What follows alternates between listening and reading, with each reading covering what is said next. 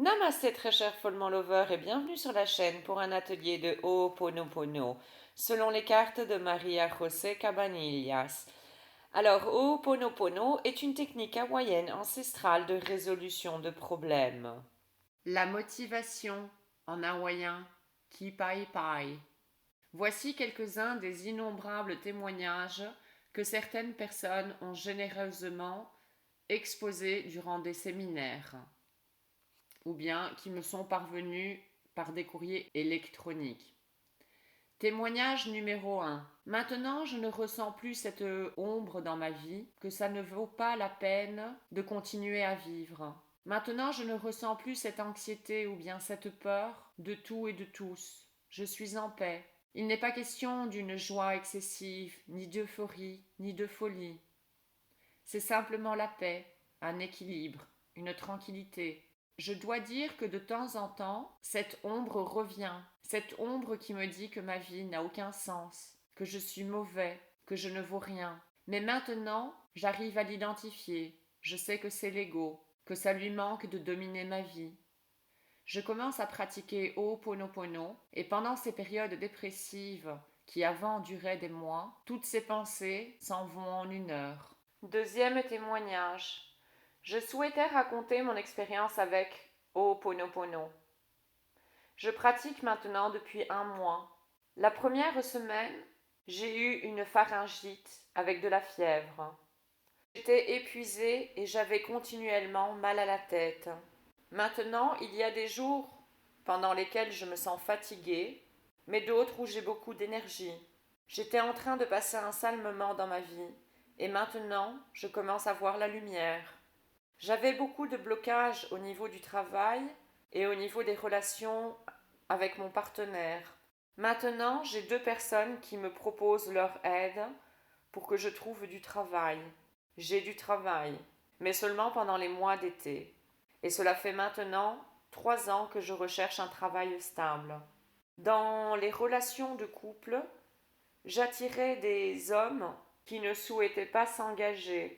Après 2 semaines de pratique avec Ho'oponopono, un homme s'est approché de moi pour parler. Cet homme n'avait rien à voir avec les hommes que j'attirais dans le passé. Et ceci est déjà un premier pas. Maintenant, un homme m'a démontré son intérêt pour s'engager avec moi. Mais pour moi, c'est un ami. Je remarque de petits changements, de telle manière que je continuerai avec la pratique de Ho'oponopono, ainsi qu'avec les enseignements du cours. Troisième témoignage. Je jugeais beaucoup ma mère, et en plus, je la culpabilisais de tout ce qui était arrivé de négatif dans ma vie. L'histoire est longue, mais pour résumer, je n'avais pas une bonne relation avec elle. Et parfois, je ressentais que je ne l'aimais pas. Mais bon, après beaucoup de pratiques avec les paroles magiques et d'autres choses qui sont arrivées dans ma vie, j'ai compris que ma mère était dans ma vie parce que je l'avais choisie. Et j'ai découvert ainsi la gratitude. J'ai pu voir en elle une maîtresse. Ho'oponopono est arrivé dans ma vie grâce à elle. Ma mère m'envoyait des vidéos sur Ho'oponopono. Il se peut que peut-être je n'ai jamais valorisé les connaissances qu'avait ma mère, ni sa bonté, ni son amour. Maintenant, nous sommes très connectés et c'est merveilleux. Quatrième témoignage. Ma perception est qu'en changeant mon attitude, j'ai pu remarquer combien les attitudes des autres qui m'entouraient ont également changé. L'attitude de mon partenaire, de ma famille et de mes amis. Je suis en train d'attirer des personnes, des choses et des circonstances qui étaient pour moi impensables auparavant. Ce n'est pas que les problèmes n'arrivent pas, mais j'arrive à les affronter de manière différente, beaucoup plus facilement. Je remercie la vie et de cette manière, je l'exprime quotidiennement. Je me sens tranquille et en paix. Je crois qu'il est seulement question de vibration avec ce que tu syntonises. De la manière dont tu émets, c'est ainsi que tu reçois, et de manière exponentielle. Cinquième témoignage. J'ai de grandes difficultés avec ma mère depuis de nombreuses années. Il s'agit d'une absence volontaire et inexplicable d'un fils. Je vais d'une aide à l'autre, des prières, les fleurs de Bach. Il en va de même avec mon activité professionnelle, qui m'aide beaucoup. Cela fait quelques jours que la tristesse a commencé à envahir mon cœur, comme pour déchirer mon âme, lentement. J'ai prié un instant. Ensuite, j'ai répété mentalement la parole indigo pendant 1 heure. Après cela, ma vibration et ma motivation, qui étaient si bas avant, revinrent à la normale. J'ai continué encore 1 heure en répétant mentalement le mantra glaçon bleu.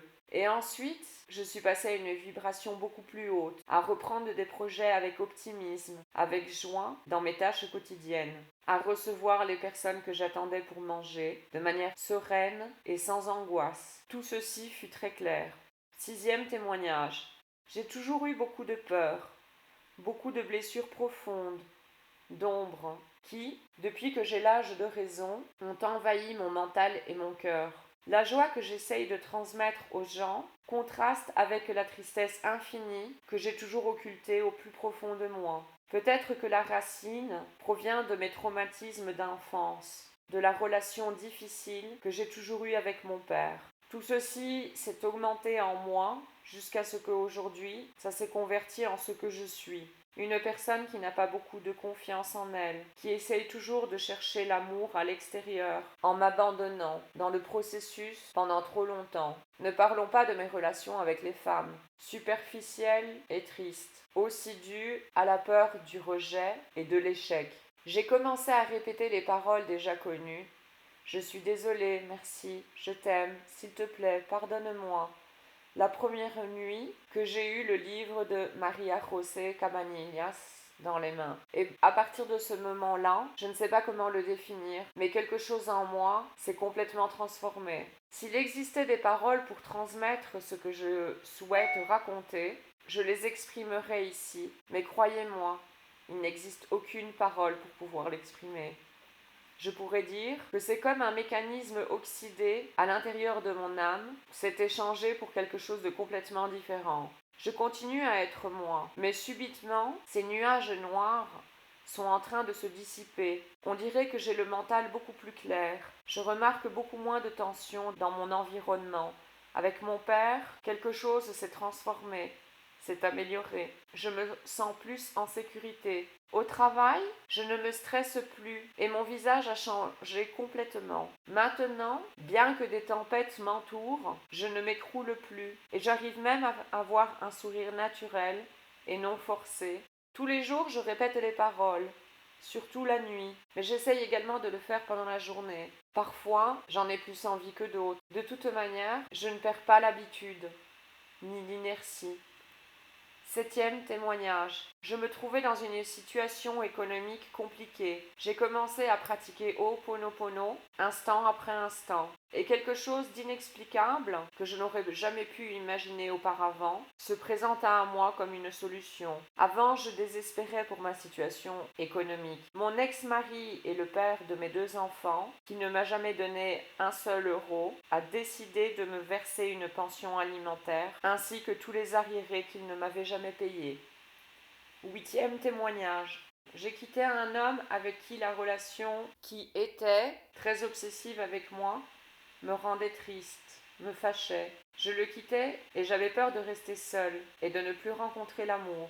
À ce moment-là, grâce au livre de Ho'oponopono, j'ai commencé à pratiquer. J'ai également regardé des vidéos. Ceci me paraissait assez simple pour que cela fonctionne, mais cela m'apaisait. Petit à petit, je me sentais de plus en plus sereine et j'ai cessé de me plaindre pour tout. J'ai commencé à prendre soin de moi, à me valoriser à ma propre valeur, à enquêter de plus en plus au niveau du développement personnel. J'ai commencé à m'amuser, à faire des activités créatives comme la peinture, qui me réussissaient, mais que jamais je ne m'étais décidée à prendre des cours. Mon ego avait toujours de bonnes excuses. Plusieurs mois s'écoulèrent et je retrouvai un ami de l'institut. Nous avons commencé à nous fréquenter en nous souvenant du bon vieux temps. Et petit à petit, nous sommes tombés amoureux. C'est un homme tranquille, respectueux, doux. Rien à voir avec les personnes que j'avais l'habitude d'attirer. À ses côtés, je me sens en sécurité, joyeuse et amoureuse. Je ne sais pas ce que l'avenir nous réservera, mais pour l'instant, les seules paroles qui me viennent sont merci, merci, merci.